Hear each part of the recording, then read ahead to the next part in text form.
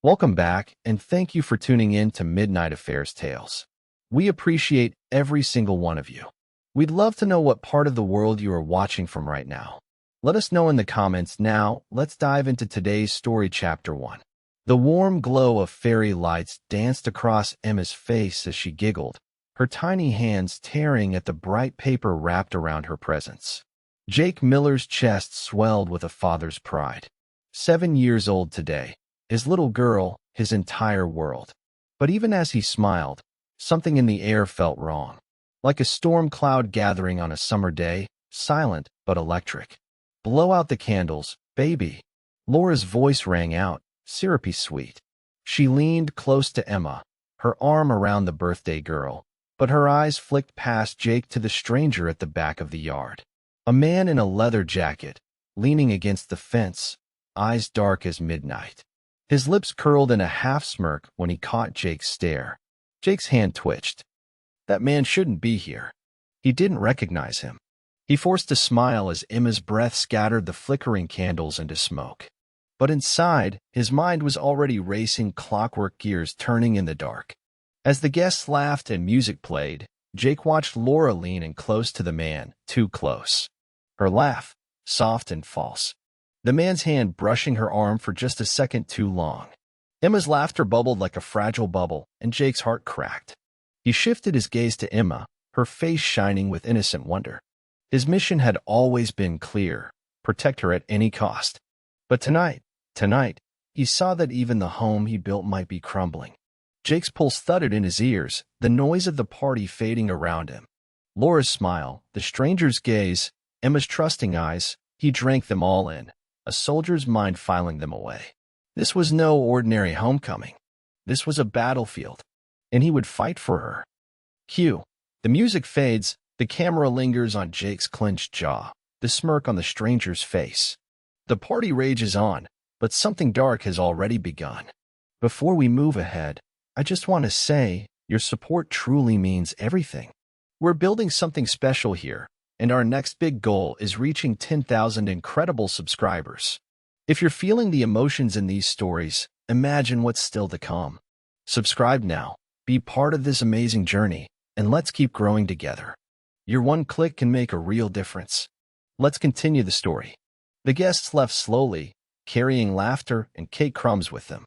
Emma, exhausted from excitement, fell asleep curled on the couch. Jake carried her up to bed, every step feeling heavier than the last. When he returned, Laura was already in the kitchen, her back turned, hands gripping the counter like she might collapse. Jake took a deep breath. "Who was that guy?" he asked, voice low, steady. Laura didn't turn. "Just a friend from work." Tom. Jake echoed, testing the name on his tongue like poison. "Didn't know he was invited." She turned then, her smile brittle. "He just stopped by? I didn't think you'd mind." Jake's eyes narrowed. "I mind." The silence thickened. Laura looked away, biting her lip, the picture of innocence. But Jake wasn't fooled. Not after 3 tours overseas. He knew the look of someone lying to save their skin. The kitchen clock ticked, loud as a drumbeat. Jake's mind whirred. Every detail, every slip. Why'd he come alone? Why'd he stay in the shadows all night? He pressed. Laura's eyes flashed. "Are you accusing me of something?" she snapped.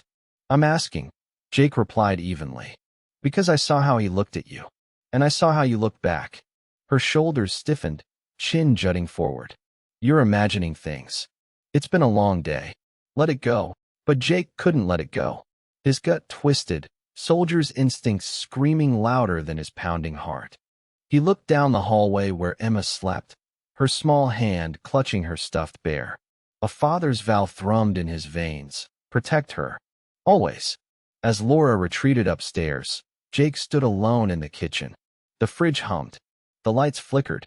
And in the silence, he swore he could still hear Tom's low laugh, echoing in the darkness. Sleep never came. Jake lay on the couch, staring at the ceiling as the hours crept by. The glow of streetlights spilled through the window, painting long shadows across the room. In the dead of night, every creak of the house became a threat. Every memory of Laura's laughter with that man scraped at his chest like a blade. He rose before dawn, muscles tense with restless energy. He slipped outside into the cold morning air, the mist swirling around him. The night's images wouldn't leave him. Laura's soft smile, the stranger's calculating stare. By the time the sun rose, he'd made a decision. A soldier's instinct never lied. And if Laura wouldn't tell him the truth, he'd find it himself. He waited until she left for her shift at the diner. Early meeting, she'd said, avoiding his eyes. He watched her car vanish down the street, her lies trailing in her wake. Inside, he searched the house. It was his home, but suddenly every room felt foreign. In the closet, a hidden perfume bottle he didn't recognize. On the bathroom sink, a hairbrush with strands of dark hair that weren't Laura's or Emma's. His heart hammered. He moved to her car in the driveway, opening the glove compartment. Receipts, papers, nothing at first. But then, tucked under the seat, a folded piece of paper. A hotel receipt. 2 nights, paid in cash. The date, last week. Jake closed his eyes, breathing hard. The betrayal was no longer a suspicion, it was fact. He pressed his forehead to the steering wheel, the cold metal grounding him. "You did this," he whispered to the empty car. "You brought this into our home." He didn't know how deep the rabbit hole went, but he'd find out. Because he wasn't just a soldier anymore, he was a father. And no one, not even the woman he loved, would take that from him. Jake couldn't sit still. The truth burned in his chest like a live grenade, ready to explode. He spent the morning moving through the house like a silent shadow, every muscle coiled tight. The house that once felt warm now reeked of secrets he could almost taste in the air. He lingered by the window, watching Emma chase bubbles in the backyard. Her laughter was a melody, light and bright, and it cut through the storm brewing inside him. She was innocent in all of this, a piece of light in the growing darkness. He wouldn't let that light be stolen. Laura's car pulled up later that afternoon, and Jake watched her step out with practiced calm. Her face was composed, smile carefully arranged.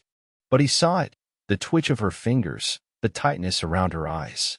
She stepped inside, keys jingling in her hand. "Hey, babe," she said lightly, but her voice trembled just enough to catch his ear. Jake's jaw tightened. "How was work?" Laura blinked. "Fine. Busy, you know how it is." "Yeah," he murmured, eyes locked on her. "I know how it is." She hesitated, sensing the shift in the air. "You're in a mood," she said, trying to smile, but he wasn't buying it. "I'm in a mood because there's a man in my house who shouldn't be here," Jake said evenly, his voice low. "A man who looks at my daughter like she's his to take." Laura's eyes widened, her breath caught. "What are you talking about?" "Tom's just a friend." Jake stepped closer, the soldier's steel in his spine. "I've seen the messages. The hotel receipt. Don't insult me with lies, Laura." For a moment, her mouth worked soundlessly. Then she swallowed hard, her eyes darting away. "Jake, please. It's complicated." He laughed, a bitter sound. "No, it's not. You invited the enemy into our home. And now, I have to protect Emma from the fallout." Laura reached out, her fingers trembling, but he stepped back. "Don't," he said coldly. "Don't pretend to be the victim now." The silence between them was a chasm. Outside, Emma's laughter echoed like a promise. He'd fight for her, no matter what. That night, the house was a tomb of whispers and unsaid words. Emma slept in her room, the soft glow of her nightlight casting comforting shadows across her walls. But in the master bedroom, there was no comfort left. Jake lay awake, the sheets twisted around him like chains. He could hear Laura in the bathroom, her phone pressed to her ear, her voice a hushed murmur. "I can't talk long," she said, her tone urgent, pleading. "He knows something. He's watching me." Jake closed his eyes, the words searing into his mind like bullets. He heard the man's voice, low and possessive. "Don't let him find out about us. You promised." She promised. Those words twisted his gut. He pushed himself out of bed, the floor cold beneath his feet as he padded down the hall, careful not to wake Emma. He stood outside the bathroom door, listening to Laura's laughter, a sound that once made his heart swell, now curdled with betrayal. She emerged from the bathroom, phone tucked into her pocket, startled to see him there. Jake, she gasped. What are you doing up? He stared at her, his voice calm but razor sharp. Who was that? Nobody, she lied, too quickly. Just a friend. Tom, he pressed, stepping closer, his face inches from hers. She flinched. Why are you doing this? You're scaring me. He barked a harsh laugh. I'm scaring you? After what you've done. Laura's eyes welled with tears, but he saw through them. You're imagining things, Jake, she whispered. You're losing it. He leaned in, his breath cold on her cheek. I'm not losing anything. But you're about to lose everything if you keep lying to me. She turned away, shoulders shaking. But he didn't miss the defiance in her eyes. She was already planning her next move, and he knew it. Jake retreated to the couch, leaving her standing alone in the hallway, the weight of her secrets pressing in around her. He lay there, listening to the silence between them, and he swore he could still hear the echo of her laughter, soft and twisted, mocking the love they'd once shared. The morning sun filtered through the curtains, but the warmth did nothing to ease the chill in Jake's bones. He rose early, mind already racing, replaying every lie and every stolen glance he'd witnessed. Laura's betrayal had cracked something in him, and he couldn't ignore it any longer. He went to Emma's room first, brushing a stray lock of hair from her forehead as she slept. Her soft breathing was a balm to his bruised soul. He pressed a kiss to her temple, silently vowing, no matter what happens, I'll keep you safe. Downstairs, the air was thick with tension. Laura sat at the table, pretending to read a magazine. She didn't look up as he entered. Morning, she said, too bright, too forced. Morning, Jake replied, his voice flat. He moved around the kitchen with practiced precision, making Emma's favorite breakfast, blueberry pancakes, the smell of them filling the air. Laura watched him, eyes darting nervously every time he turned his back. As he reached for the plate, something caught his eye, a small, wrapped box pushed behind the fruit bowl. It was red, tied with a silver ribbon, the kind of gift meant for something intimate. He picked it up, turning it over in his hands. What's this? He asked, holding it out to her. Laura's face paled. It's nothing. Nothing? He echoed, lifting a brow. Looks like something. It's just a gift. From Tom, she admitted, her voice trembling. He said it was for Emma. Jake's jaw tightened, the muscles in his neck corded with fury. For Emma, he hissed. You let that man buy things for our daughter? He was just being kind, she stammered. It's harmless, Jake. Nothing about this is harmless, he snapped, his voice low and deadly. He set the box down carefully, his eyes locked on hers. If he thinks he can worm his way into my daughter's life, he's got another thing coming. Laura's lips parted in a silent protest, but he turned away, unwilling to hear another lie. The unopened gift sat on the table like a ticking bomb, a symbol of everything that was tearing them apart. Jake's mind was made up. He would find out just how deep this betrayal ran, and he would end it, once and for all. The sun rose higher, spilling light over the table that now felt more like a battlefield than a home. Emma sat between her parents, legs swinging under the chair, oblivious to the war of glances crackling above her head. Jake moved slowly, his fork scraping against the plate. Laura's eyes flicked to him, then quickly away. She reached for the coffee pot with a trembling hand. More? She offered, her voice a fragile thread. No, thanks, Jake said, his tone steady but ice-cold. Every word he spoke was measured, deliberate. He didn't trust his voice not to break open with the fury coiled in his chest. Emma's voice cut through the tension. Daddy, can we go to the park later? She chirped, hopeful. Jake managed a small smile for her, though it didn't reach his eyes. Of course, princess, he said softly. We'll have a whole day, just you and me. Laura flinched at that, her face paling. I thought we'd all go together, she said quickly. Jake's eyes snapped to hers, cold and unyielding. No, you've got your own plans, don't you? The words hung in the air, sharp as glass. Laura swallowed hard, her lips parting, but no excuses came. She just stared at him, eyes brimming with something. Fear, guilt, or maybe just the weight of her own lies. Emma chewed her pancake happily, oblivious. But Jake's gaze stayed locked on Laura, every second stretching longer, deeper. He watched her flinch with every scrape of his fork against the plate, every breath he took. Finally, Laura stood abruptly. "I have to get to work," she mumbled, grabbing her purse. She leaned down to kiss Emma's head, Emma's smile bright as ever. But when she straightened and met Jake's eyes, her lips pressed together in a tight line. No kiss for him. No parting words. As the door clicked shut behind her, Jake let out a breath he hadn't realized he was holding. He looked at Emma, her innocent smile, and felt the weight of the world on his shoulders. "You're safe with me," he whispered to her, more a vow to himself than to her. He'd keep that promise if it was the last thing he did. After Laura left, Jake felt the house settle around him like a tomb. He cleaned up the plates, his movements mechanical, each clang of dish against sink echoing louder in the silence. He kept his face calm for Emma, but inside, his mind was a storm. He packed a small bag, Emma's favorite snacks, a change of clothes, and bundled her into the car. "Daddy-daughter day," he told her, managing a smile that felt more like a grimace. She beamed back at him, swinging her feet in the back seat. The park was quiet when they arrived, the early hour keeping other families away. Emma raced to the swings, her laughter ringing out clear and pure. Jake pushed her gently, his eyes scanning the empty paths, every shadow a possible threat. His phone buzzed in his pocket. A message from Max. "Need to talk. Call me ASAP." He lifted Emma off the swing, setting her down on the grass. "Stay where I can see you, okay, princess?" She nodded, her curls bouncing. He stepped away, dialing. Max picked up immediately, his voice low and urgent. "Jake, I did some digging.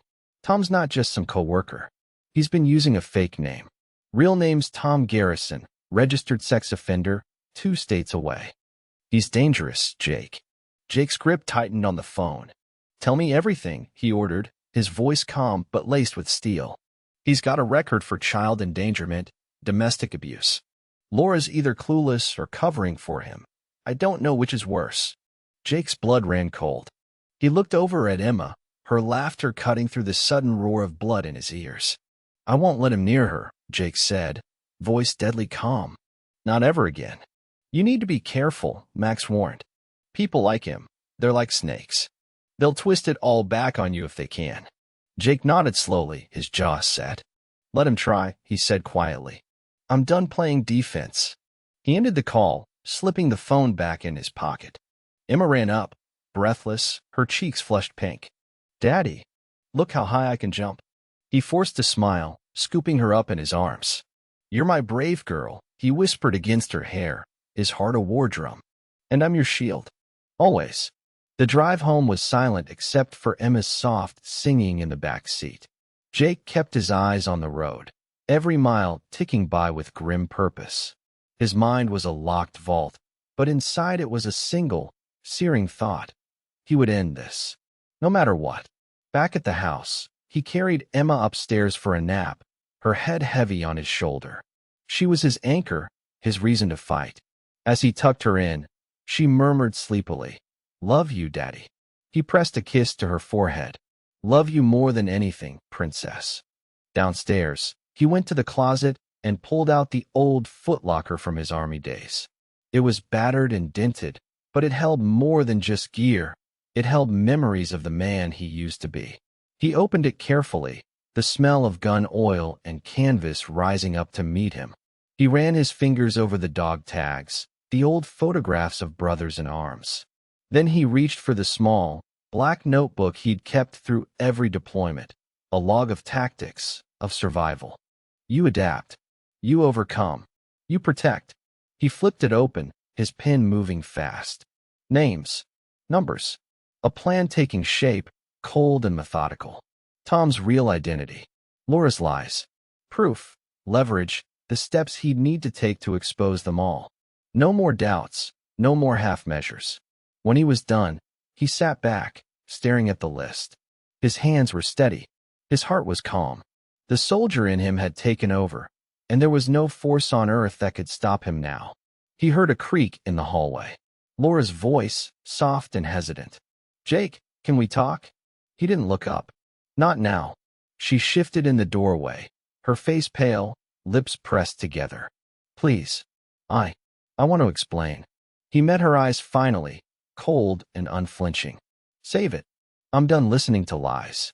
She flinched like he'd slapped her. For a moment, her eyes burned with something. Anger, or maybe fear. She turned away without another word. Jake sat there, alone with his notes, his breathing slow and even. The lines were drawn, the plan set in motion. No one would take Emma from him. Not Tom. Not Laura. No one. The afternoon stretched on in a suffocating silence. Jake moved through the house with quiet purpose, every sound sharpened by the storm inside him. The ticking of the old clock, the creak of the floorboards beneath his boots, each beat echoed with the truth he was piecing together. He couldn't stop thinking about what Max had told him. Tom Garrison, a predator who had wormed his way into their lives. Laura's voice replayed in his mind, the way she'd said, "It's harmless," her smile brittle and false.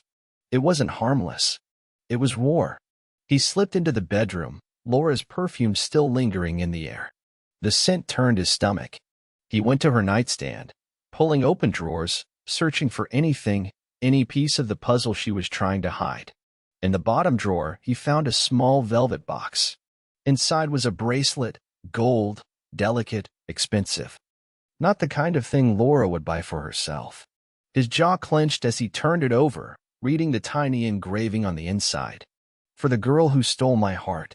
Tom's words, etched in metal. Jake closed his fist around it, his knuckles whitening. He heard the door open downstairs. Laura's footsteps, careful and measured. He didn't move. He waited, silent as a ghost. She entered the bedroom, eyes widening when she saw him standing there, the bracelet dangling from his fingers. "Jake," she breathed, her face going pale. "Who is he to you?" "Laura," he asked quietly, the calm before the storm. It's not what you think," she stammered, but he cut her off with a look. "Don't lie to me." Tears welled in her eyes. "I didn't mean for it to happen," she whispered. He said things. Made me feel alive again. Jake's lips twisted in a bitter smile. "Alive? While you let a predator into our home? While you let him near our daughter?" His voice was soft, deadly. Laura shook her head, trembling. "I didn't know you knew enough," he snapped, his voice cold steel. "You let him in, Laura. You let him into our lives." He dropped the bracelet on the bed between them, the finality of the gesture ringing louder than any words. She flinched like it was a gunshot. Jake turned and walked out, leaving her there, her tears falling silently in the ruined light of their room. The night fell heavy, pressing against the windows like a living thing. Jake sat alone in the living room, the soft hum of the baby monitor from Emma's room the only sound he trusted. The darkness around him was thick, but his mind was sharper than ever. Laura had retreated upstairs, the door to the bedroom closed like a prison cell. Jake didn't care. Let her sit in her shame. Let her feel the weight of what she'd done. His phone buzzed on the table, Max again. "I've got more," he said without preamble, his voice low and urgent. "Tom's been bouncing around for years. He's changed his name more times than I can count. He's a ghost, Jake, but I've got him pinned now.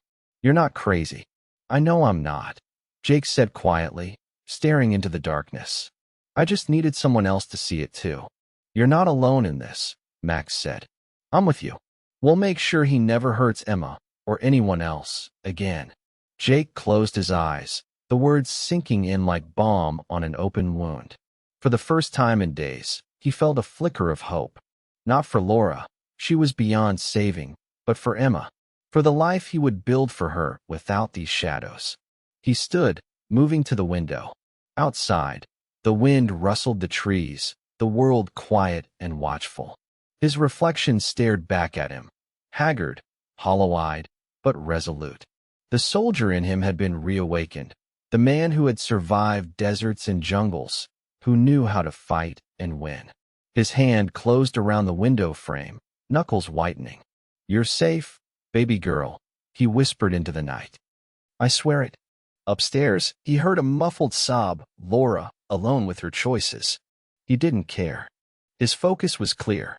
The battle lines were drawn, and he would fight, not for her, but for the only person who mattered. He turned from the window, his mind already moving to the next step. No more waiting. No more second chances. Tomorrow, the real war would begin. The morning dawned cold and clear, the sun bright but offering no warmth. Jake dressed Emma in her favorite yellow sweater, the one that made her eyes sparkle like the sky after rain. She beamed up at him, a small anchor in the storm. "Daddy, can we have pancakes again?" she asked, her voice light, full of the innocence he was fighting to protect. "Of course, princess," he said softly, brushing a kiss to her forehead. "Anything you want." Downstairs, the house felt quiet, too quiet. Laura sat at the table, her eyes red, fingers curled around a cold cup of coffee. She didn't speak. Jake didn't either. There was nothing left to say.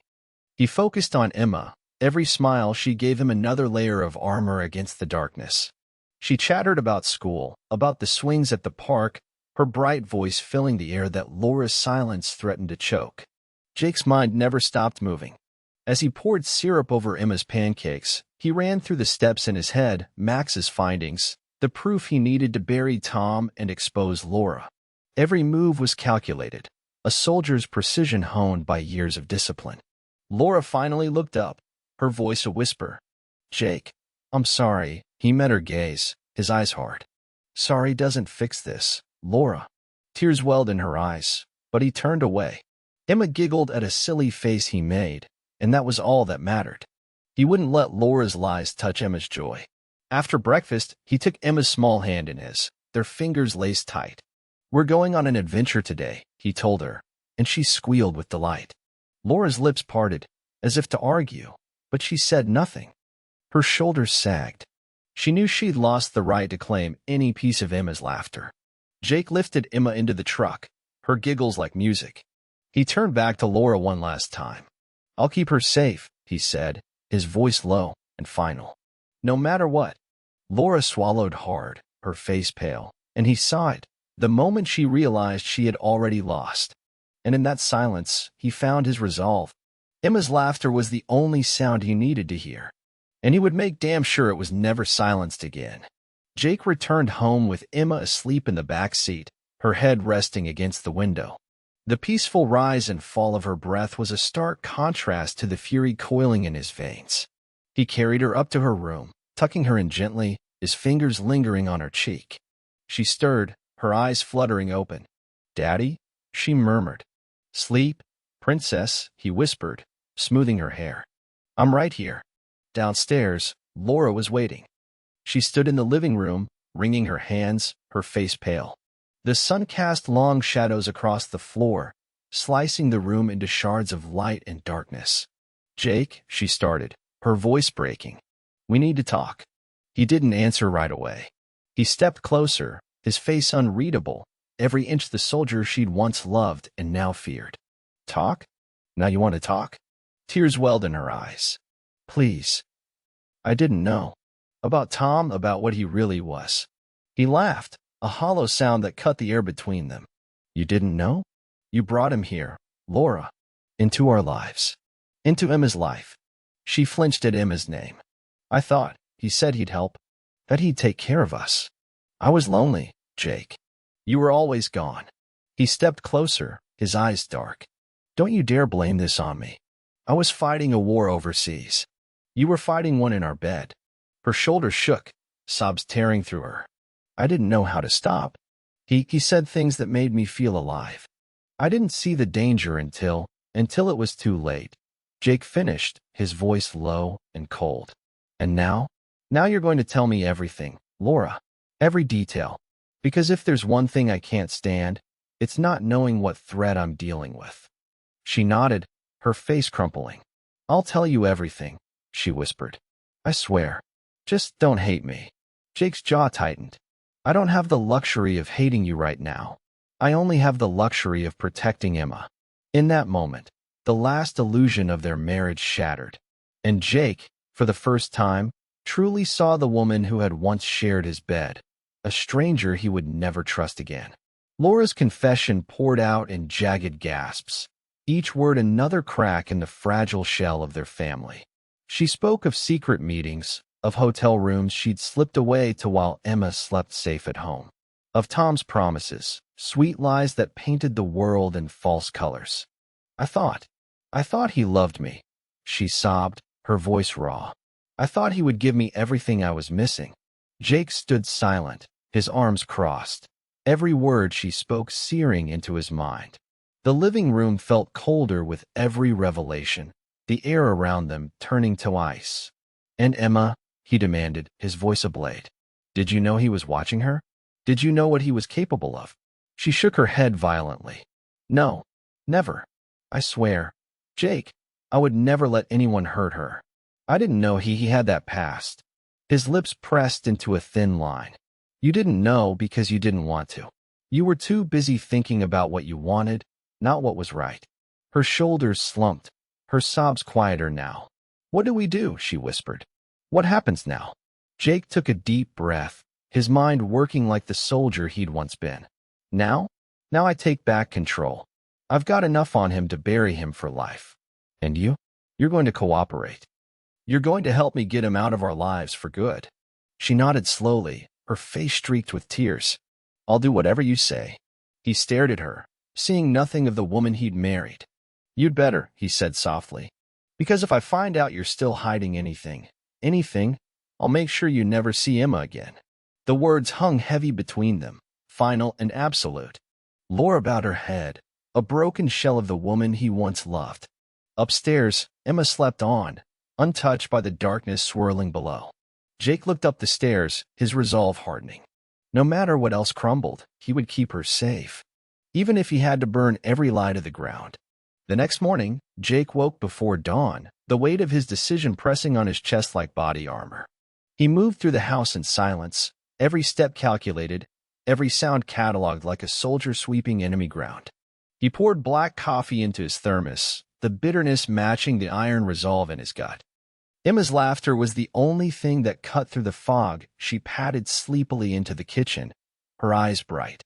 "Morning, Daddy," she mumbled, her voice thick with sleep. "Morning, Princess," he said softly, ruffling her hair. "Go play in the living room, okay? I'll be right there." She nodded, her small feet padding away. Jake watched her go, then turned to the task at hand. He pulled out his old surveillance kit, a relic from his military days he'd hoped he'd never need again. Small cameras, audio bugs, and a laptop that had seen more battlefields than most men ever would.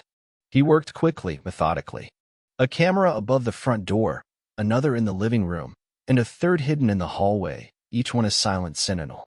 He placed a small mic in the kitchen light fixture, the wires tucked carefully away. Every angle covered, every secret soon to be exposed. Laura watched him from the doorway, her eyes wide.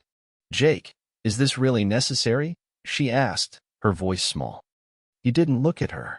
"It's more than necessary," he said coldly. "It's the only way I can be sure you're not still lying to me." She flinched but said nothing more. She'd lost the right to question his actions the moment she brought Tom into their lives. When he was done, he turned to her, his face set.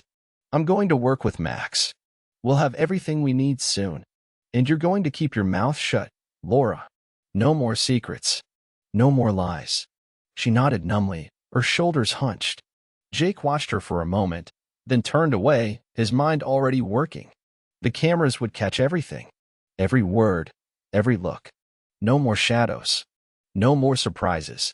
He took a final sip of coffee, the bitter warmth grounding him.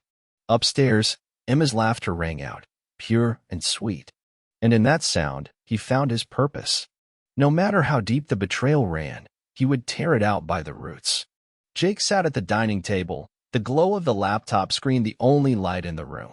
His eyes were locked on the feed from the cameras he'd installed. Every flicker of movement burned into his memory. Laura's voice drifted from the kitchen, soft and strained as she hummed to herself, trying to play the role of a doting wife, but he saw right through it. He rewound the footage, studying every detail. Tom's name kept coming up in the messages Laura thought she'd deleted. He watched her pacing the kitchen, her fingers drumming nervously on the counter as she typed out another text. "I can't keep doing this. He's suspicious. Please, just be careful." Jake's jaw tightened. The words were poison in his veins. Tom wasn't just a lover. He was a puppet master, pulling Laura's strings, wrapping her so tight in his web that she couldn't see the noose around her neck. He scrolled through the messages, each one a nail in Tom's coffin. I need to see you, Tom wrote. We have to finish what we started. Jake's pulse drummed in his ears. Finish what we started? Over my dead body, he thought. Laura's footsteps came closer. She stopped in the doorway, arms crossed. Jake, you're scaring me, she said softly, but there was a flicker in her eyes, fear, yes, but something else too. Guilt. She knew he was on to her. You should be scared, he said without looking up. Because you let him into our lives. You let him near Emma. She swallowed hard, her face paling. I never meant. It doesn't matter what you meant, he cut in, his voice low and cold. What matters is what he's done, and what I'm going to do about it. For a moment, she just stood there, her breath shaky. Then she turned and fled upstairs, her footsteps echoing in the silent house. Jake watched her go, his eyes hard. Run, Laura, he thought. But there's nowhere left to hide. He turned back to the laptop, his mind a steel trap, every plan falling into place like the final pieces of a war map. Later that night, as the house settled into a tense, uneasy quiet, Jake lay awake on the couch. The pale light of the moon cut through the window, washing everything in a cold glow. His mind wouldn't rest. Every beat of his heart drummed with purpose. He rose silently, moving like a shadow through the house. He reached for Laura's purse where it hung by the door. He'd seen the glint of it earlier, her second phone, the one she thought he didn't know about. He slipped it out, the small weight of it solid in his hand. It was locked, but he knew Laura better than she knew herself. He entered her birthday, 4 digits, and the phone opened like a vault. His breath caught. Messages, photos, a second life she'd kept hidden. He scrolled, each image a fresh betrayal. Laura and Tom in a motel room, his hand on her waist. Emma's face, photos Tom had no right to have. Rage coiled in Jake's chest like a living thing. He found the latest message, Tom's name at the top, the words of venomous whisper, bring Emma next time. I want to see her smile again. Jake's fingers trembled around the phone, his vision narrowing to a single, blazing point. You sick bastard, he thought. You're done. He copied everything, photos, texts, every scrap of filth Tom had sent. Then he put the phone back exactly as he found it. Laura would never know he'd seen it all. Not yet. He moved back to the couch, the phone in his pocket, a cold promise. Emma's soft breathing drifted down the hall, innocent, unknowing. Jake closed his eyes, his hands clenching into fists. He'd fought for his country, for men he'd never known. This fight was different. It was for his daughter, for the life she deserved. And he would not lose. Tomorrow, he thought, his mind ablaze. Tomorrow, Tom would learn exactly what it meant to threaten a soldier's family. The next morning dawned sharp and clear, the air outside crisp as a blade. Jake's mind was already racing as he moved through the house. Every step deliberate, every breath measured. Laura moved around the kitchen, eyes downcast, her movements stiff. She tried to act normal, pouring juice for Emma, fussing with her hair, but she couldn't meet his gaze. He let her pretend, let her think she still had a part to play. Emma sat at the table, her small hands wrapped around her favorite cup. She beamed at Jake as he walked in, her innocence alight in the gloom. Daddy, can we go to the zoo today? She asked, her voice bright. Not today, princess, he said gently. We've got something important to take care of first. Emma nodded, content. Laura's hands tightened on the counter. Jake, where are you taking her? She asked, her voice tight. He met her eyes, calm and steady. Somewhere safe.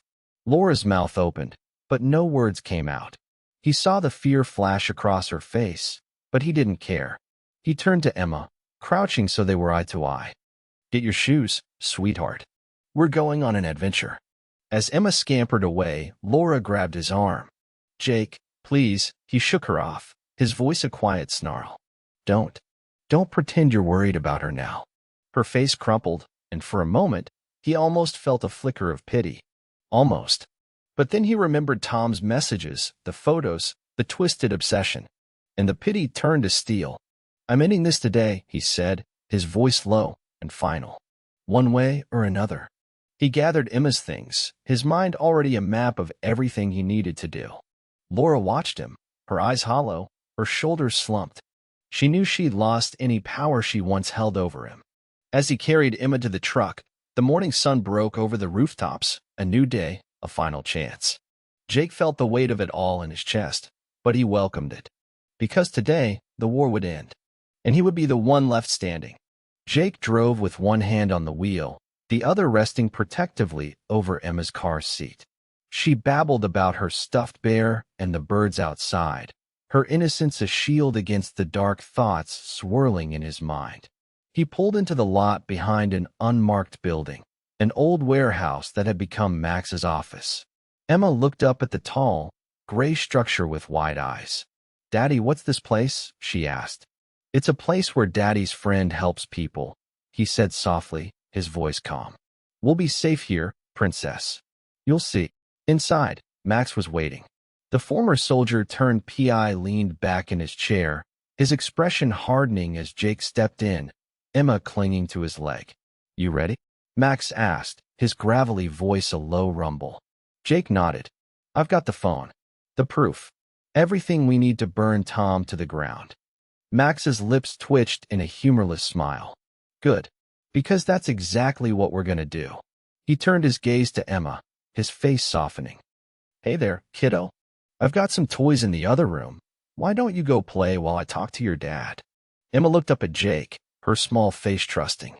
He crouched and kissed her forehead. "It's okay, Princess. I'll be right here." She skipped off, the door clicking shut behind her. Jake turned back to Max, his shoulders squared. "He's been using a fake name, Max. He's been sending messages about Emma. This isn't just an affair, it's a threat." Max's eyes narrowed. "I pulled his entire record. He's a predator, no doubt. And Laura, she either didn't care, or she was too far gone to see it." Jake's jaw tightened. "She's done. But Tom? I want him out of her life. Out of Emma's. For good." Max leaned forward, his voice low and deadly calm. "Then we take the fight to him. No more half measures." Jake's eyes burned with resolve. "I'm ready. Let's end this." After leaving Max's office, Jake drove Emma to his parents' house, a safe haven tucked into the edge of town, far from Laura's lies and Tom's poison. Emma clung to her stuffed bear, her small voice quivering. "Daddy, why can't we go home?" she asked, her eyes wide and wet. Jake knelt in the gravel driveway, his hands on her small shoulders. "Because home isn't safe right now, sweetheart," he said, his voice gentle but firm. "But you're safe with me. I promise." Tears welled in her eyes. "Are you mad at Mommy?" she whispered, her voice so small it nearly broke his heart. He closed his eyes for a moment, breathing in the cool air, the scent of the pines around the house. When he opened them, his gaze was clear and calm. "I'm not mad at you, baby, and I'm going to make sure no one ever hurts you." She nodded slowly, her lip trembling. He pulled her into his arms, feeling the fragile weight of her trust. "I love you more than anything," he murmured against her hair. "You're my whole world." His mother, Ellen, stepped onto the porch, her eyes soft with concern. "Bring her inside, Jake. Let her rest. You look like you haven't slept in days." "I haven't," he admitted quietly. "Not really." Ellen laid a hand on his arm, her touch grounding. "We'll keep her safe here. You know that." "I know," he said, his voice rough. I can't take any more chances." Inside, Emma curled up on the couch, her small body wrapped in a quilt. She watched a cartoon on the old TV, but her eyes kept darting to him, seeking reassurance. He sat beside her, one arm around her tiny shoulders. Outside the window, the sky was a deep, endless blue, peaceful and indifferent. But inside, a storm still raged. And Jake knew he would do anything to make sure Emma's tears were the last she ever shed because of them. Night fell, and with it came the cold, creeping dread of what was to come. Jake returned to the house alone, the cameras he'd set up now his only eyes in the darkness. He watched the feeds from his phone, every pixel a piece of the puzzle. Laura moved through the house like a ghost, her shoulders hunched, her eyes hollow. She spoke into her phone in low, frantic whispers. "Tom, you have to stop. He knows everything. I don't know what he'll do." Jake's lip curled in a silent snarl. He watched her cross the living room, her fingers drumming against the table. She thought she could play both sides, protect her secret, and still keep Jake in the dark. But he saw it all. He dialed Max. She's still in touch with him, he said, his voice calm but taut with fury. She's telling him everything. Max's voice was steady. Then it's time to shut her down, Jake. She's a liability now, no more room for trust. Jake's eyes never left the screen. I know. And I'm done waiting. He ended the call and watched as Laura paced, her face a pale mask of fear and guilt. Then she turned toward the camera, her eyes meeting the lens as if she could see him through it. For a moment, the weight of their shared history pressed down on him. Weddings and laughter, the soft glow of family. But that was gone now, burned away by betrayal. He leaned back, his breath steady. You did this, Laura, he murmured to the empty room. And now you'll live with it. The camera feed flickered, her face fading in and out of the shadows.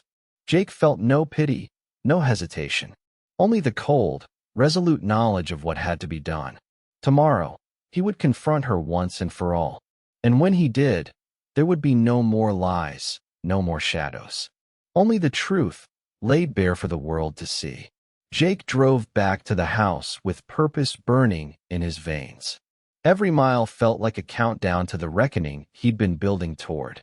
He parked in the driveway, the engine ticking softly in the cold night air.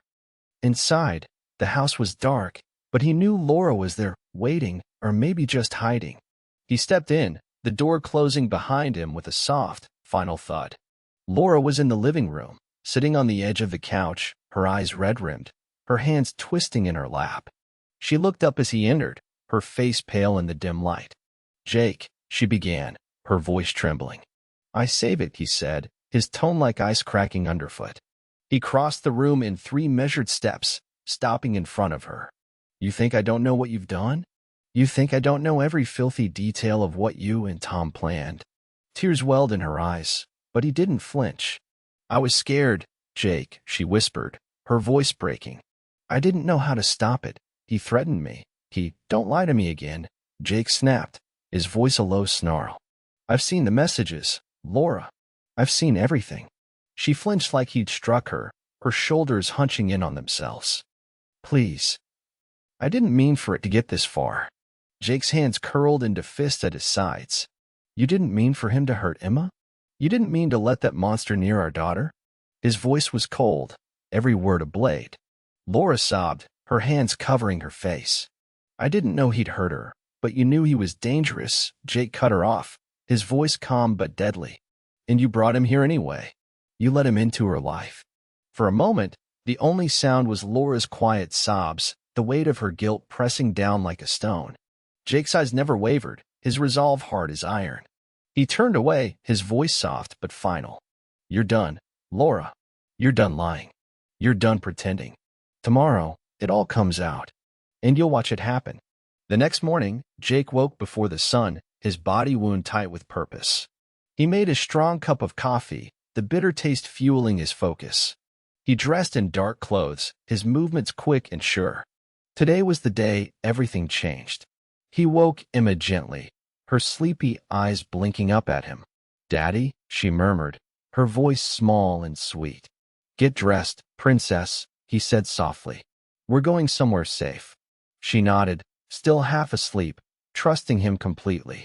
As she got ready, he packed a small bag for her. Her favorite books, her stuffed bear, a few clothes. He wouldn't let her see the war he was about to unleash. Laura emerged from the bedroom, her hair disheveled, her face pale. Where are you going? She asked, her voice a trembling whisper. He met her eyes, calm and cold. To the police, he said. To tell them everything. She gasped, her hand flying to her mouth. No, Jake. Please, don't do this. We can fix it. There's no fixing this, he said flatly. Emma comes first, and I'll burn every bridge to keep her safe. She stepped closer, tears spilling down her cheeks. I'll lose everything, she whispered. You already have, he said softly. The moment you let him in. Emma came down the stairs, her small hand clutching her bear. Jake lifted her into his arms, her weight a comforting anchor. It's okay, baby, he murmured against her hair. Daddy's got you. Laura reached out, her hand trembling. "Jake, please." He stepped back, his expression hard. "Don't," he said, his voice low and final.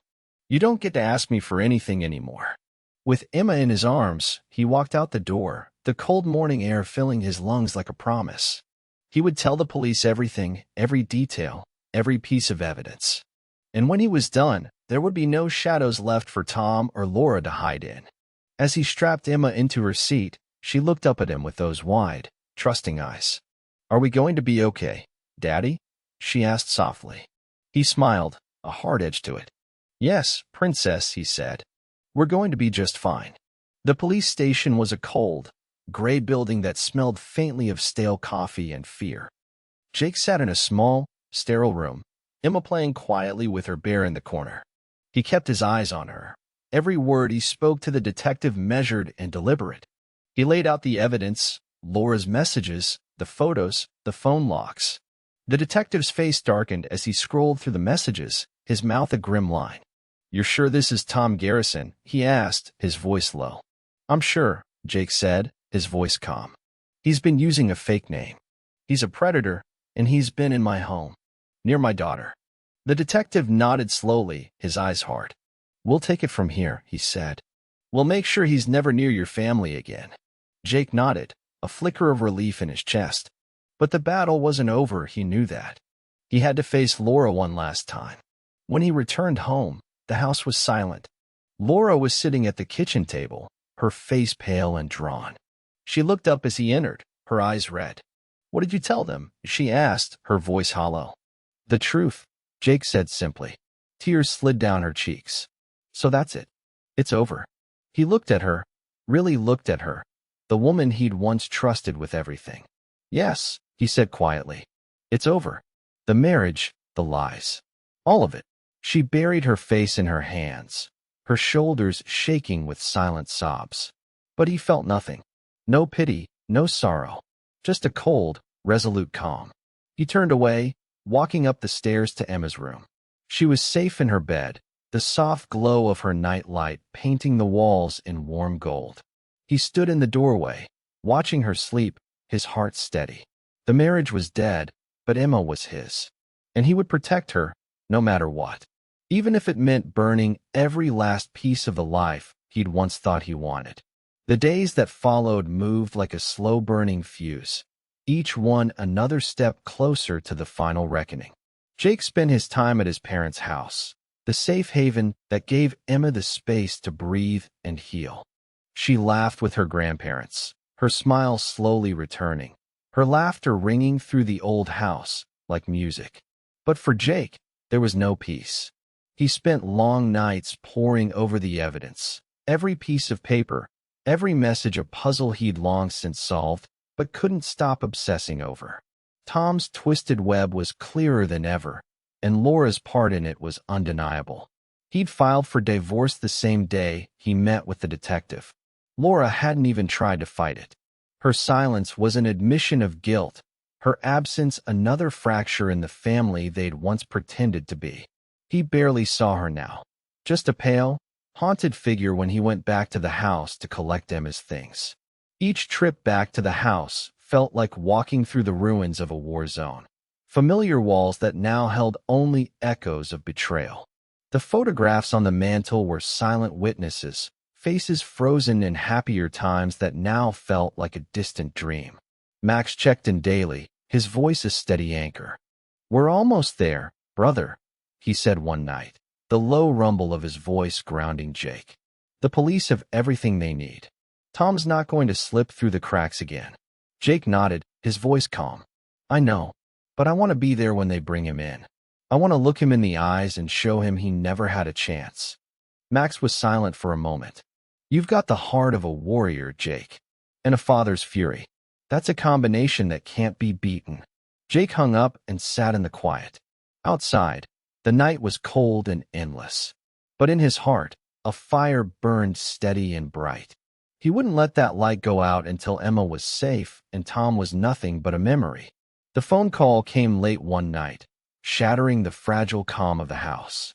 Jake was in the living room, the the soft glow of the TV washing over Emma as she drifted off to sleep on the couch. The phone buzzed in his pocket, the name on the screen twisting his gut. Laura. He stepped outside to answer it, the cold air biting at his skin. What? He snapped, his voice sharp. Laura's voice trembled on the other end. Jake. Tom called me. He's out on bail. The words hit him like a punch to the chest. What did you just say? He growled. He's out, she repeated, her voice shaking. He said if I don't help him, he'll tell everyone everything. About me. About what I did. Jake's hands curled into fists. What exactly does he think he has on you, Laura? She sobbed softly. He said he has photos. Videos. Things that make me look like I was part of it. Like I wanted it. Jake's jaw tightened, fury and disgust warring in his chest. And you're actually considering helping him? He demanded. I don't know what to do, she cried. If those videos get out, I'll lose everything. Emma, my job, my family. You already lost Emma. Jake cut her off, his voice like ice. And you're not getting her back by helping that monster. She was silent for a moment, her breathing ragged. Jake, I don't know what to do. I'm scared. He took a deep breath, forcing the rage back down. Then listen to me. You do exactly what I say. You don't talk to him again. You don't meet with him. You don't answer his calls. You let me handle it. Okay, she whispered. Okay. I'm sorry, Jake. He hung up without another word, his hands shaking. He stared out at the dark yard, the icy wind biting at his face. Tom was trying to turn the tables, to use Laura's weakness as a weapon. But Jake wouldn't let that happen. He turned back to the house, his eyes hard. Emma was his world, and he'd fight Tom to the ends of the earth to keep her safe. The next day dawned bright and cold, the winter sun glinting off the frost that coated the ground. Jake woke early, every muscle taut with purpose. He left Emma with his mother, her small hands waving goodbye as he pulled away from the house. Her trust in him was the only thing that mattered now. He drove to the diner where Laura worked, parking down the street so she wouldn't see him coming. He slipped inside, the warm air and clatter of dishes a jarring contrast to the storm in his mind. Laura was behind the counter, her eyes shadowed, her smile brittle as she poured coffee for a customer. She looked up and saw him, her face going pale. She mouthed, "What are you doing here?" But he didn't answer. He waited until she was alone, then walked up to her, his voice low and steady. "Come outside," he said. She hesitated, glancing around nervously, then followed him out into the alley behind the diner. The cold bit at their faces, but Jake's anger burned hotter than any winter wind. "I know you're still talking to him," he said without preamble. Laura's eyes widened. "No, I told you, I'm not. Don't lie to me, Laura." He cut her off, his voice sharp. "I've seen the calls. I've seen the texts. You're trying to play both sides." Tears welled in her eyes. "I'm scared, Jake. He said he'd hurt me if I didn't. You don't get to be scared anymore," he said, his voice cold and final. "You made your choice the moment you let him into our lives." She sagged against the wall, her shoulders slumping. "I didn't mean for any of this to happen. But it did," he said quietly. "And now it's done. You're going to cut him off completely. And if you don't, if you so much as breathe his name again, I'll make sure you never see Emma again." She looked up at him, her face pale. "I understand," she whispered. "Good," he said, turning away. "Because I'm done playing games." And so is he. As he walked back to his truck, the cold wind swirling around him, he felt something shift inside. The final pieces of his plan were falling into place, and he was ready to end this, once and for all. The air was sharp with frost as Jake drove back to his parents' house, the weight of Laura's betrayal coiling like a serpent in his chest. He gripped the wheel hard, the leather creaking under his knuckles. She was still in Tom's grasp, still feeding his lies, too blind or too weak to cut the strings he wrapped around her throat. He parked and stepped into the house, the warmth hitting him like a wave. Emma ran to him, her laughter bright, her small arms wrapping around his waist. For a moment, the darkness receded, her innocent joy a balm to the raw edges of his soul. But he knew it couldn't last. He knelt, brushing a curl from her forehead. "Go play, princess. Daddy has to make a few calls." She nodded, her trust unwavering. As she ran off, Jake pulled out his phone and dialed Max. The line crackled before his friend's gravelly voice answered. "Talk to me." "Laura's still in contact with Tom," Jake said, his voice low and steady. "He's manipulating her, using whatever he has left." "Then we need to move fast," Max said. "I've got more on Tom. His real name isn't the only lie he's told. He's been hiding assets, using fake IDs. He's planning to disappear once he gets what he wants." Jake's jaw tightened. "Not if I find him first." "You're not alone in this, brother," Max said. "I'll send everything I've got." "But Jake, be careful. He's desperate. And desperate men do stupid, dangerous things." Jake exhaled slowly, his breath turning to mist in the cold air. "So do fathers who have nothing left to lose," he said softly. He ended the call and looked out the window at the snow falling gently, each flake a whisper of calm in the storm raging around them. He wouldn't let Tom slip away. He wouldn't let Laura's weakness drag them all into the abyss. This wasn't just a battle for Emma anymore. It was a war for the soul of their family, and he wouldn't stop until it was won. That night, Jake sat alone in the living room, the quiet punctuated only by the crackle of the old radiator and the soft sighs of Emma asleep upstairs. He stared at the wall, his mind a storm of images, Laura's hollow eyes, Tom's smug grin, the messages that had burned themselves into his memory. He knew the police were close. Max had told him as much. But close wasn't enough. Tom was still out there, still lurking in the shadows. And that thought tore at Jake's chest like claws. He rose, pacing the worn carpet, his breath sharp in the cold air. He couldn't just sit and wait. Waiting was for men who still had faith in the system. But he'd seen what the system did. It hesitated. It doubted.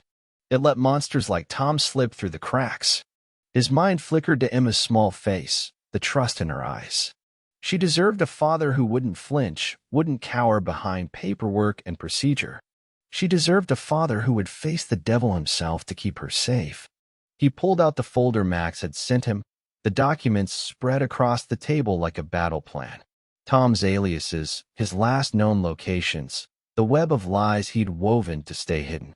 Jake studied them all, every name, every address a waypoint on the path to the man who had tried to steal everything from him. His phone buzzed. Max again. "Got another lead," he said. "Tom's been seen at that old motel by the river. He's got a new ID, but the clerk recognized his face." Jake's pulse pounded. "I'm going there now," he said, his voice calm and deadly. "Jake," Max began, but he cut him off. "I'm not waiting anymore, Max. I'm done playing by the rules." He ended the call and grabbed his coat, the cold air biting at his skin as he stepped outside. The night was still, the snow glinting like diamonds under the moonlight. He slid behind the wheel, his hands steady on the steering wheel. "I'm coming for you, Tom," he thought, his jaw set. "And there's no place left to hide." The motel by the river loomed ahead, a flickering neon sign casting eerie shadows on the icy ground. Jake pulled in slowly, killing the headlights as he parked at the edge of the lot. He sat for a moment, the engine ticking softly, his breath misting the window. Memories of late nights in combat zones flooded back, of silent, calculated movements in the darkness, of danger lurking in every shadow. He was back in that mindset now, every sense tuned to the hunt. He slipped out of the truck, his boots crunching on the snow. The air was sharp, the cold slicing through his jacket. He moved quickly, keeping to the shadows, his eyes scanning the darkened windows of the motel. Room 12. That's what Max had said. Jake moved down the line of doors, each step deliberate, his breath slow and even. He reached the door, his heart steady. He pressed his ear to the wood, listening. A muffled voice. Tom's voice. Jake's lip curled in a silent snarl. He took a step back, his knuckles white around the handle of the old combat knife he kept in his pocket, just in case. Then he heard something else, Laura's voice. Low and shaking, but unmistakable. She was here. Rage flared in his chest, but he forced it down. He couldn't let fury cloud his focus. He needed to see, to know exactly how far she'd fallen. He slipped to the side window, peering through a crack in the grimy curtain. Tom sat on the bed, a twisted smile on his face. Laura stood across from him, her arms wrapped around herself, her face pale and pinched with fear. "I'm done, Tom," she said, her voice shaking. "I can't do this anymore." Tom laughed, the sound low and oily. "You think you can walk away from me now? After everything I've done for you?" Jake's grip on the knife tightened, the blade cold and familiar in his hand. He watched Laura shake her head, tears streaming down her cheeks. "You're sick," she said, "and I'm done lying for you." Tom stood, his hand lashing out to grab her arm. "You're mine, Laura. You always have been." Jake's vision went red, but he forced himself to wait. One more moment, one more chance to end this the right way. He slipped back to the door, his heart steady. This ends tonight, he thought. One way or another. Jake's breath misted in the cold night air as he stood outside room 12, his knuckles white around the knife in his pocket. He forced himself to slow down, to think clearly, like the soldier he once was. He didn't want to burst in blind. He needed to know every angle, every threat. His phone buzzed. "Max status," his old friend asked in a low voice. "I see them both," Jake said, his voice barely above a whisper. "Laura's scared. She wants out. Tom isn't letting her." "Stay sharp," Max warned. "I'll be there in 10. Don't do anything until I'm there." Jake's eyes narrowed, watching through the cracked curtain. Tom was pacing now, gesturing wildly, his voice low and venomous. Laura flinched back, her arms crossed protectively over her chest. "You said you were with me." Tom snapped. "You said you'd help me. Don't act like you're some innocent now." Laura's voice cracked. "I was wrong, Tom. I was wrong to believe you. Jake was right. You're poison." Tom laughed, a sound that curdled Jake's blood. "You're a liar, Laura. And liars don't get second chances." Laura's shoulders slumped. "Then do what you have to do," she whispered. "But I'm done." Jake felt his pulse quicken. He could see the fear in her eyes. Real fear this time, not the fake tears she tried to sell him before. Whatever else Laura had done, she was trapped now, and Tom had her cornered. He stepped back from the window, breathing hard. 10 minutes. He could wait 10 minutes for Max. But every second felt like an hour, the tension coiling tighter with each breath. Inside, Tom's laughter echoed again, low and taunting. Laura's shoulders shook, but she stood her ground. "Stay strong," Jake thought, his fingers drumming against the doorframe. "Just a few more minutes. Then this ends." Jake shifted his weight, every muscle tight with anticipation. He could see the glint of fear in Laura's eyes as Tom closed the distance between them, his voice a venomous hiss. "You think you can just walk away?" Tom snarled, his hand gripping her wrist with cruel force. "I own you, Laura. I own everything about you." She tried to pull away, her voice a shaky whisper. "Please, Tom, don't do this. I'll tell them everything. I swear. I'm done lying."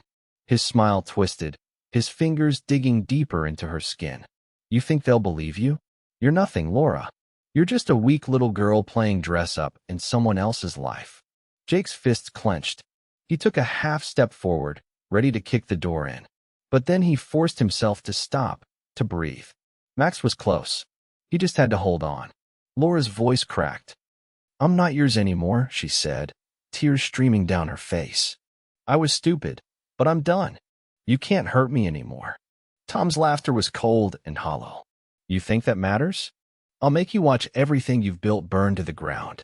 Jake's phone buzzed again. "Max, I'm here," he said, his voice steady. "Ready when you are." Jake took one last look through the window. Laura's face was pale, but her shoulders were squared. Tom's shadow loomed over her, but she didn't back down. He clicked off the phone and gripped the door handle, his jaw set. "It ends tonight," he murmured. The weight of everything pressed down on him, the lies, the betrayal, the love that had once been the foundation of his world. But none of it mattered now. Only Emma's safety, only the truth. He met Max's eyes through the window, both men nodding in silent understanding. And then, with a final breath, he kicked the door in. The door slammed open with a crack that split the night, the wooden frame splintering under Jake's boot. The sudden violence of it echoed through the cramped room, freezing Tom in place. His eyes widened, his lips curling in a snarl. Jake, Laura gasped, her eyes darting between him and Tom. Relief and fear mingled on her face. Jake stepped into the room, Max at his side, the air electric with tension. The small, shabby motel room felt like a cage, the walls too close, the silence too loud. Tom let go of Laura's arm, his face twisting with contempt. "You just can't let it go, can you?" He sneered, his voice dripping venom. "You think you can save her? Save your precious little family?" Jake's jaw tightened. "This isn't about her anymore," he said evenly.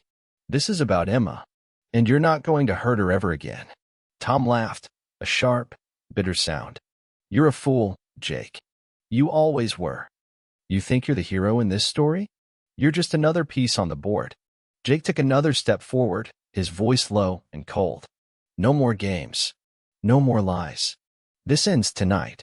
Laura edged back, her shoulders pressed against the peeling wallpaper. "Jake, please, don't do this," she whispered. He shot her a look, his eyes hard. "I'm not doing this for you, Laura. I'm doing this for Emma." Tom's eyes glittered with malice. "You're making a mistake," he said softly. "You don't know what I have. You don't know what I'm capable of." Jake met his gaze, unflinching. "I don't care," he said simply, "because there's nothing you can take from me that I'm not willing to lose." For a moment, the world held its breath. Then Tom lunged. The room exploded in motion, Tom lunging forward with a wild snarl, his hands clawing for Jake's throat. But Jake was ready. Years of combat training snapped into place, his body moving with lethal precision. He sidestepped the first swing, his fist slamming into Tom's ribs with a sickening crack. Tom grunted, doubling over, but he wasn't done. He swung again, catching Jake's jaw with a glancing blow. Pain flared, but Jake didn't flinch. He grabbed Tom by the collar and drove him back against the wall, the plaster cracking under the force. "You're done," he growled, his breath hot in Tom's face. "You're not hurting anyone ever again." Tom spat blood, his eyes wild. "You think you can stop me? You think you can save her?" Jake didn't answer.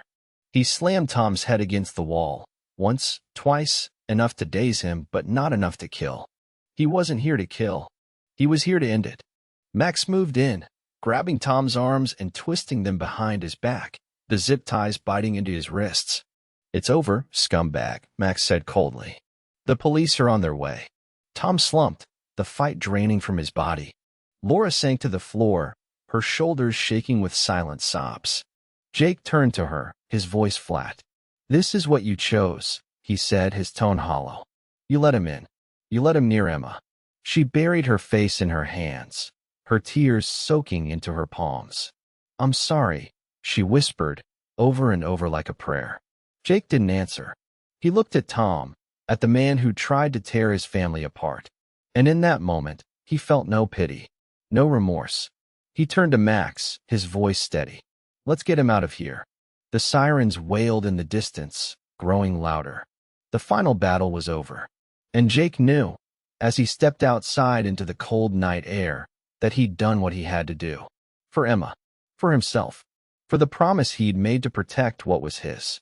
The sirens faded into the distance as the police took Tom away, his head down, the handcuffs biting into his wrists. The cold air stung Jake's cheeks as he watched, his breath steady, the weight of the night settling into his bones. Laura sat slumped on the motel bed, her hands trembling in her lap. She looked up at Jake with red-rimmed eyes. "Is it really over?" she whispered, her voice fragile. Jake didn't answer. He didn't have the words, not for her. He turned and walked out, the door clicking shut behind him. Outside, the snow had begun to fall, soft flakes drifting down in the pale light. He called his mother as he walked to his truck, his voice low and calm. "I'm coming home," he said. "Tell Emma I'm coming." The drive back felt like 1,000 miles.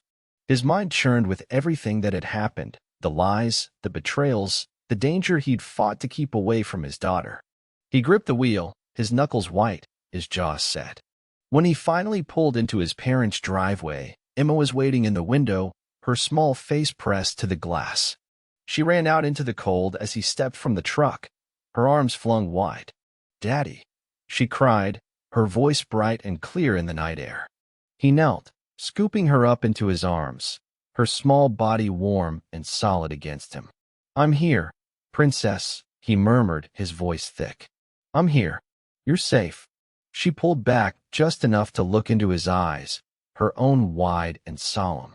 "Promise?" she whispered. He nodded, pressing his forehead to hers. "I promise, baby girl. Always." Inside, the house was warm and bright, the smell of cocoa and fresh bread filling the air. His mother gave him a quiet smile, her eyes gentle as she watched him hold Emma close. For the first time in weeks, Jake felt the tension ease from his shoulders. He had fought his war and won. Now, all that mattered was this small, perfect moment with the only person who truly mattered. The next morning dawned cold and clear, the winter sun turning the frost on the ground into a glittering tapestry. Jake sat at the kitchen table, Emma in his lap, her small fingers tracing the lines of his knuckles. His parents moved quietly around them, the scent of fresh coffee and toast filling the air. They didn't ask questions. They didn't need to.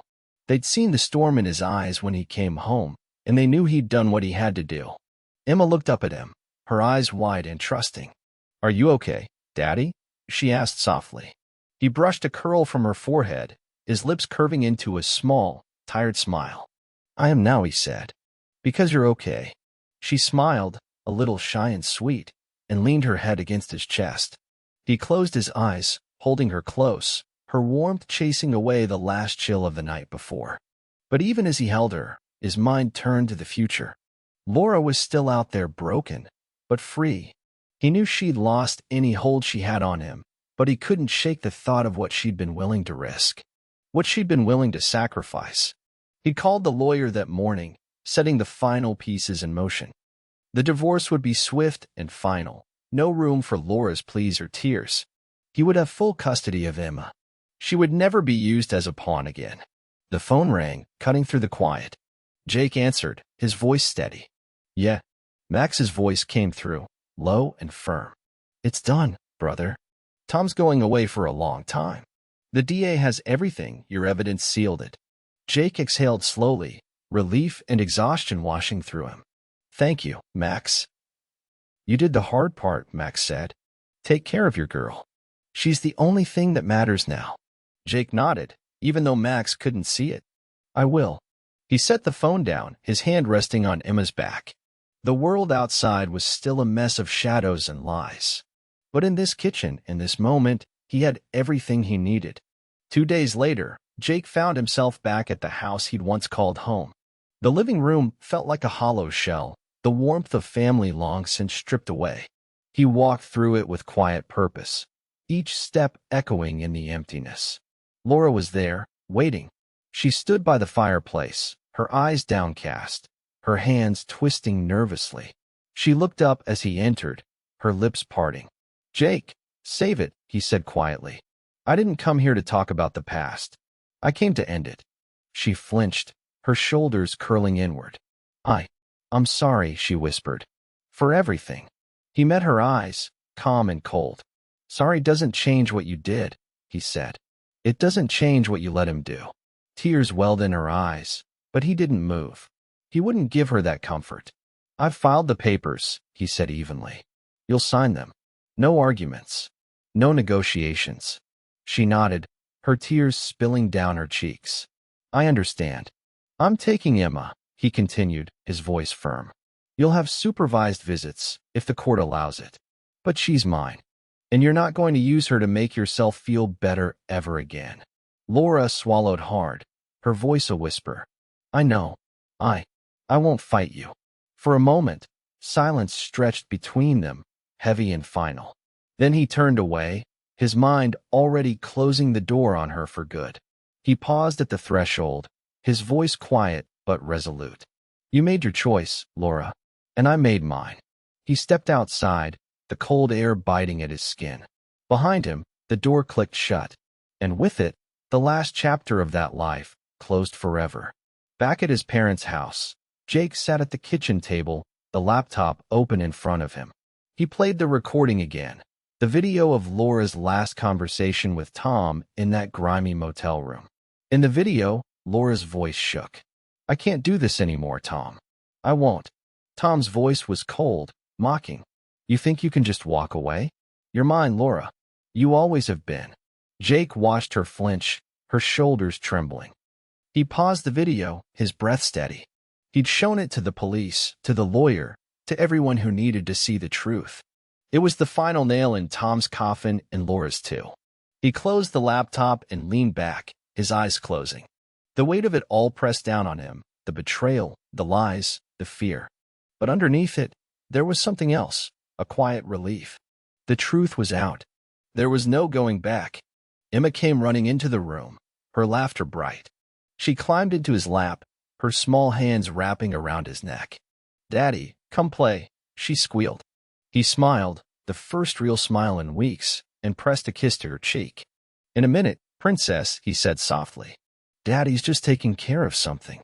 She beamed, her eyes bright with trust. And in that moment, he knew he'd done it. He'd fought for her, for the life she deserved. And he'd won. The past was ashes. The future was waiting. And Jake was ready to meet it head-on. The morning after he closed the last chapter of that part of his life, Jake found himself driving out to the courthouse. The winter air was crisp, the sky a hard, cold blue that matched the steel in his veins. He'd already sent the video of Laura's final conversation with Tom to the DA. Now, he needed to be there when they brought Tom to face the music. No more shadows. No more half-truths. Only justice. He walked into the courthouse, his boots echoing on the cold marble floor. Max was waiting for him, his broad shoulders hunched against the chill.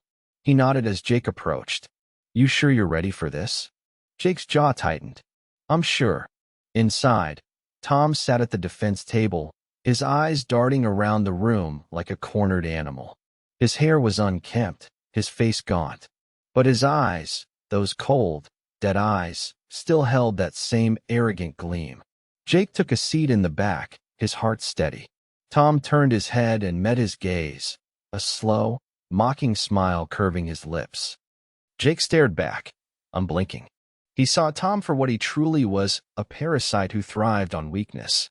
And he had no more hold here. The DA stood, presenting the evidence, the videos, the text messages, the testimony of Laura herself. Every word was a nail in Tom's coffin, every fact a weight that would drag him down for good. Jake listened in silence, his fingers drumming a slow rhythm on his knee. Each detail laid bare was another crack in the mask Tom had worn so easily. Laura's voice, trembling and broken, echoed through the courtroom speakers. "You're poison. You're done." Tom's smirk faded as the evidence mounted, his confidence draining away like water through a sieve. And for the first time, Jake saw something in his eyes he hadn't seen before: fear. Jake leaned back in his chair, his breath slow and even. "This is what you brought on yourself," he thought. "This is the face of a man who thought he'd never be caught. And now you're nothing." After the hearing, Jake walked out into the cold, the courthouse doors slamming shut behind him. The air was biting, but he welcomed it.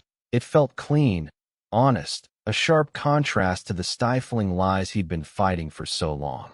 He paused at the bottom of the steps, his breath a white cloud. Laura was there, waiting.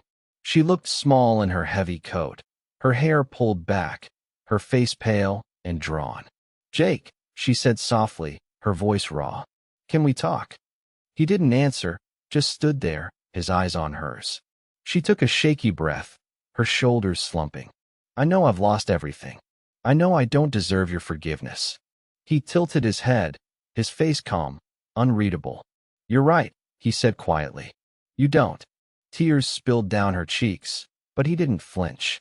She reached for him, her hand trembling. "Please, just let me say this. I'm sorry, Jake. I was blind. I was weak. I thought I could fix it, but all I did was make it worse." He watched her in silence, her words like wind blowing across a dead field. "Emma's all that matters now," he said finally. "She's my priority. My only priority." Laura nodded, her tears falling faster. "I know. I'll do whatever the court decides. I won't fight you. I want her to know I love her. That I'm sorry." His expression softened a fraction, but he said nothing. Words didn't mean much to him anymore. Actions did, and Laura's actions had spoken volumes. She dropped her hand, her shoulders shaking with quiet sobs. "I'll leave you alone, Jake. I promise." He nodded once, then turned away. The cold wind cut across his face, but he welcomed it. Laura's collapse wasn't his concern anymore. His focus was on the small girl waiting at home, her laughter still the one thing that made sense in a world gone dark. Later that evening, Jake sat in the old armchair in his parents' living room, the glow of the fireplace painting the walls in warm light. Emma played on the floor with her dolls, her small voice a soft melody that filled the room. Max arrived quietly, his broad frame filling the doorway. He held 2 cups of coffee in his hands, setting one on the table next to Jake. "Thought you could use this," he said, his voice low. Jake took it, nodding his thanks. They sat in silence for a moment, the only sound the quiet crackle of the fire and Emma's laughter. Max cleared his throat. "I should have seen it sooner," he said finally. "I should have known something was off with Tom. I was too focused on the small details, not the bigger picture." Jake glanced over, his expression calm. "You did what you could, Max. You helped me find the truth. That's what matters." Max shifted, his eyes heavy with regret. "I was supposed to have your back, brother. And I did, but I should have been faster. Smarter. I let you walk into that fight alone." Jake shook his head. "You didn't let me do anything. I chose this path, Max. And you stood with me when it counted. That's what counts." Max met his gaze, a flicker of relief in his eyes. "You're a good man, Jake. A good father. Don't let anyone, especially Laura, ever make you doubt that." "I won't," Jake said softly. "Not anymore." Max nodded and stood, clapping him on the shoulder. "If you need anything at all, you know where to find me." Jake watched his friend go, the old wood floor creaking under his boots. He took a sip of the coffee, the warmth of it grounding him. He looked down at Emma, her bright eyes meeting his. "Daddy?" she asked. "Are you okay now?" He smiled, a small, real smile. "Yeah, princess. I'm okay." The following week, Jake stood in the family court, the air tense with the weight of final decisions. Laura sat across from him, her eyes downcast, her shoulders slumped. She looked like a ghost of the woman he once knew, her face pale and drawn. The judge read through the final paperwork, his voice calm and deliberate. "This court finds in favor of Mr. Jake Miller," he said, each word a steady hammer. "Full custody is granted to Mr. Miller. Supervised visitation will be scheduled at the discretion of the court." Laura let out a soft, shuddering breath, her head bowing lower. Tears glistened on her cheeks, but she said nothing. The fight was over. Jake felt the weight of those words settle in his chest like a warm stone. He reached over, squeezing Emma's small hand, her wide eyes looking up at him with a trust that took his breath away. "It's going to be okay, princess," he whispered, his voice thick with relief. "I promise." The judge signed the last page, the finality of it ringing clear. Jake stood, gathering Emma into his arms. She wrapped her arms around his neck, her laughter soft against his ear. It was a sound he'd fight to protect every day for the rest of his life. He walked out of the courtroom, his shoulders back, his steps sure. The war was over. The future was theirs. And for the first time in a long, long time, he believed in it. The winter sun rose over the small town, casting a golden light on the snow-covered streets. Jake stood at the window of his childhood bedroom, the weight of the past weeks finally easing from his shoulders. Emma slept soundly in the twin bed beside his, her small body curled under the quilt his mother had made. He watched her for a long time, the soft rise and fall of her chest a quiet reassurance.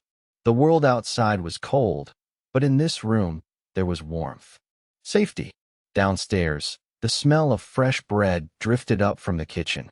He could hear his mother humming softly, her voice a low melody that wrapped around the old house like a blessing. Jake moved quietly, careful not to wake Emma. He padded down the stairs, the wood creaking under his weight. His father sat at the kitchen table, the newspaper spread out before him, his reading glasses perched low on his nose. "Morning," Jake said softly. His father looked up, his eyes warm. Morning, son. Sleep at all? A little, Jake admitted. He poured himself a cup of coffee, the bitter warmth grounding him. She's safe. That's all that matters. His father nodded, his expression grave. You did what you had to do, Jake. You fought for her. Don't ever doubt that. I don't, Jake said, his voice steady. Not anymore. They sat in silence for a moment, the quiet of the morning wrapping around them like a cocoon.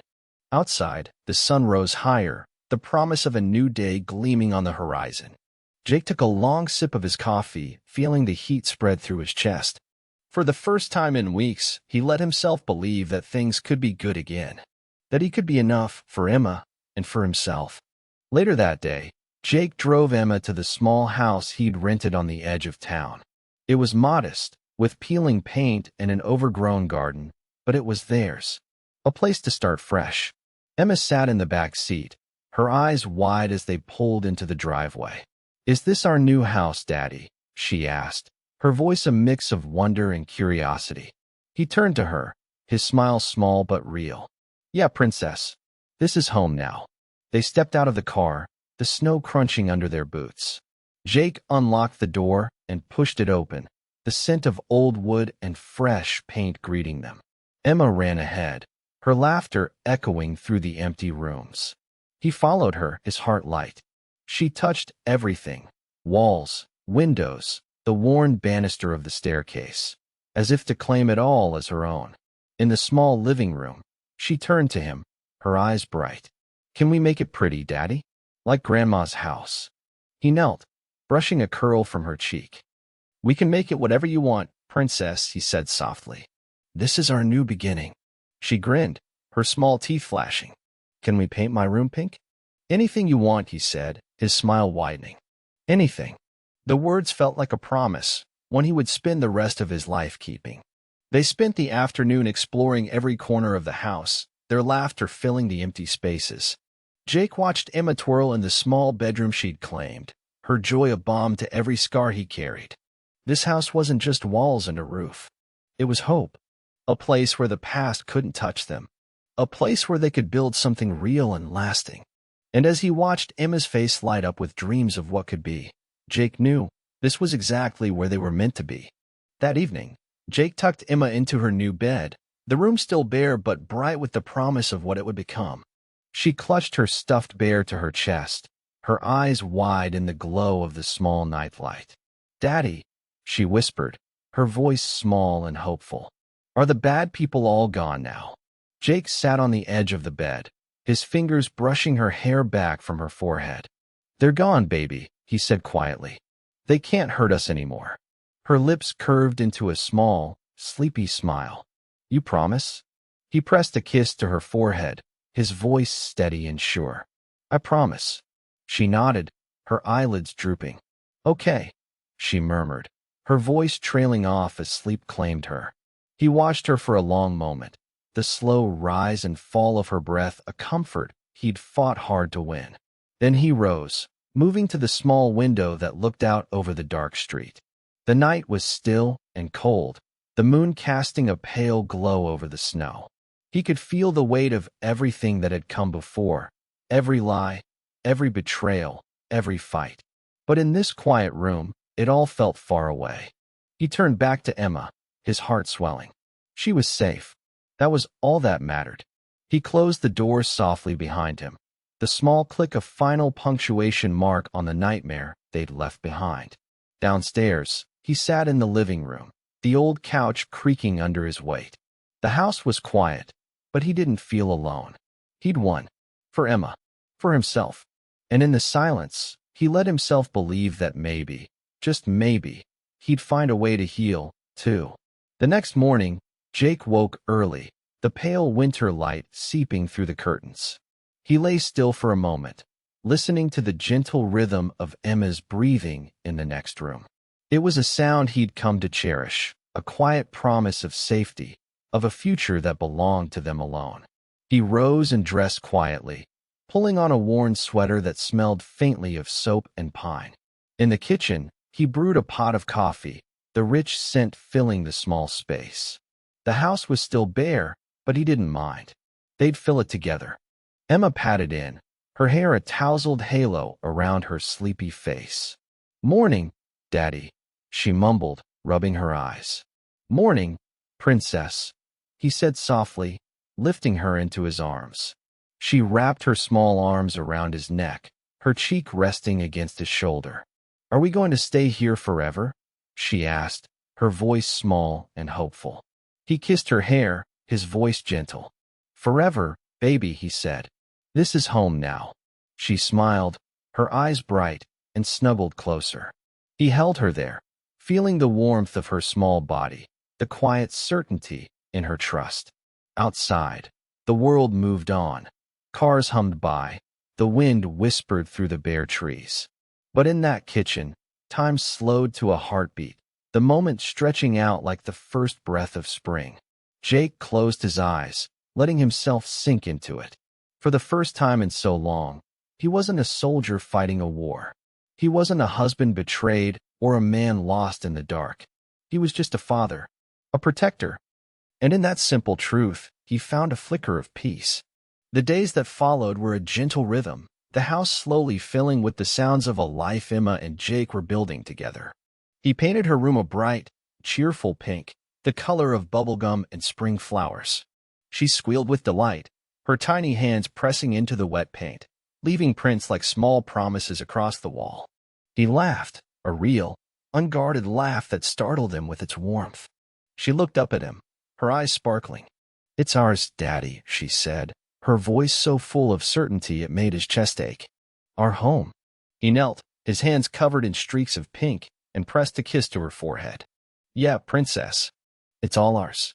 At night, he lay awake in the small room down the hall from hers, listening to her soft breathing. Each breath was an anchor, a tether to the world he'd fought so hard to carve out of the darkness. Outside, the wind howled against the eaves, but the house stood firm, quiet, and warm. One evening, as snow fell thick and silent outside, there was a knock at the door. Jake opened it to find Laura standing there, her shoulders hunched, her eyes hollow. She looked small and lost, a shadow of the woman she used to be. "I'm not here to fight," she said quietly. I needed to see her, to say goodbye." Jake's jaw tightened. He stepped aside, his gaze wary. 10 minutes, he said flatly. "That's all." Laura stepped inside, her hands trembling. Emma ran to her, her small arms wrapping around her mother's waist. "Mommy," she cried, her voice full of innocent joy. Laura knelt, her face crumpling as she buried her nose in Emma's hair. "I love you, baby," she whispered. "I'm so sorry for everything." Jake watched from the doorway, his arms crossed. He saw the love there, the regret, but he also saw the finality of it. This was the end of Laura's chapter in their lives. When Laura finally pulled away, her tears fell freely. She looked at Jake, her voice breaking. "Thank you for giving her what I couldn't." He nodded once, his voice quiet. "Goodbye, Laura." And with that, she slipped out into the night, leaving the past behind her. The following morning, Jake rose before the sun, the sky still a deep velvet blue streaked with the faintest hint of dawn. He padded down the hallway, pausing at Emma's door. She slept curled up in her blanket, her small face relaxed and untroubled. He stepped outside, the cold air biting at his skin. The world was hushed, the snow crunching under his boots as he walked into the yard. The old oak tree in the corner was cloaked in white, its bare branches reaching for the pale light. Jake stood there, his breath misting in the cold. He closed his eyes, feeling the silence settle around him like a blessing. The fight was done. The ghosts of betrayal, of guilt, and shame, they were still there, but they didn't own him anymore. The door creaked behind him. Emma peeked out, her small face glowing in the half-light. "Daddy," she called, her voice soft and sweet. He turned, his lips curving into a smile. "Come here, Princess," he said, holding out his arms. She ran to him, her laughter like bells in the crisp air. He lifted her, her weight a comforting warmth against the chill. Together, they watched the first rays of sun break over the horizon, painting the snow in gold and rose. "It's pretty," she murmured, her head resting on his shoulder. "It is," he said, his voice low. "The start of something new." She pulled back to look at him, her eyes bright. "Are we happy now, Daddy?" He pressed a kiss to her hair, his heart full. "Yeah, baby," he whispered. We're happy. We're safe. And we're together. That's all that matters. The wind rustled around them, soft and cold, but he didn't feel it. In that moment, there was only Emma's warmth in his arms and the light of a new day breaking over the world. The sun rose high that day, its rays turning the snow outside into rivers of gold. Jake sat at the kitchen table, a mug of coffee warming his hands as he watched Emma dance through the room, her laughter as bright as the light spilling through the windows. The house felt different now, alive, brimming with the warmth of a new beginning. The walls were still bare, the floors still worn, but it didn't matter. In every corner, he saw the promise of what they'd build together. A place for memories, for laughter, for healing. Emma paused at the doorway, her hair a halo of sunlight. Daddy, she said, her eyes wide with wonder, can we have a garden here? With flowers and bees and maybe a little pond. He smiled, the weight in his chest loosening with every word. We can have anything you want, princess, he said softly. This is your home too. She squealed with delight, clapping her hands. I want lots of flowers. And a big tree to climb. Jake laughed, the sound warm and real. We'll plant them together, okay? This spring, when the ground thaws, we'll start. Her smile was all the answer he needed. Later that day, he took her hand and walked through each room, imagining what they would become. A kitchen filled with the smells of bread and coffee, a living room echoing with laughter, a yard alive with color and light. It was more than he'd dared hope for. Emma squeezed his hand. We're okay now, right, Daddy? He knelt, brushing a curl from her forehead. We're better than okay, princess. We're exactly where we're meant to be. And for the first time, he believed it. The past was a shadow, but here, in this house, with Emma, there was only light. Spring came early that year, the snow melting into rivers that whispered of green things to come. Jake and Emma stood in the yard, the sun warm on their faces as they planted the first seeds in the dark earth. Emma knelt, her small hands carefully pressing a tiny flower bulb into the soil. This one will be pink, she said with quiet certainty. Like my room. Jake watched her, his heart swelling. It'll be beautiful, princess, he said. Just like you. She grinned, her teeth flashing white. And the bees will come. And butterflies, too. He nodded, feeling the old weight in his chest break apart like ice in the sun. They will, he said. This is your garden now, Emma. Yours to watch grow. They worked in quiet companionship, the dirt cool and sweet-smelling under their fingers. The world outside was still messy, still broken in places. But here, in this small patch of earth, there was only promise. When they were done, Emma leaned back on her heels, her eyes bright. Are we happy, Daddy? She asked softly, her voice so full of hope it made him ache. He pulled her close, pressing a kiss to her temple. We're more than happy, princess, he said, his voice steady and sure. We're free. She beamed, her small arms wrapping around his neck. And in that moment, as the wind whispered through the branches and the sun painted the world in gold, Jake knew it was true. They'd come through the fire and found something worth everything. Now, I have a question for you, dear reader. If you were Jake, what would you have done differently? Or would you have fought for Emma the same way? Tell me in the comments. I'd love to hear how you'd stand for your family. And hey, if you felt the power of this story, don't just read and leave. Smash that like button, hit subscribe to join me for more powerful tales, and share this story so we can keep telling stories that matter. Let's keep this family growing. So, where are you watching from? Let me know in the comments. I'd love to hear your story too.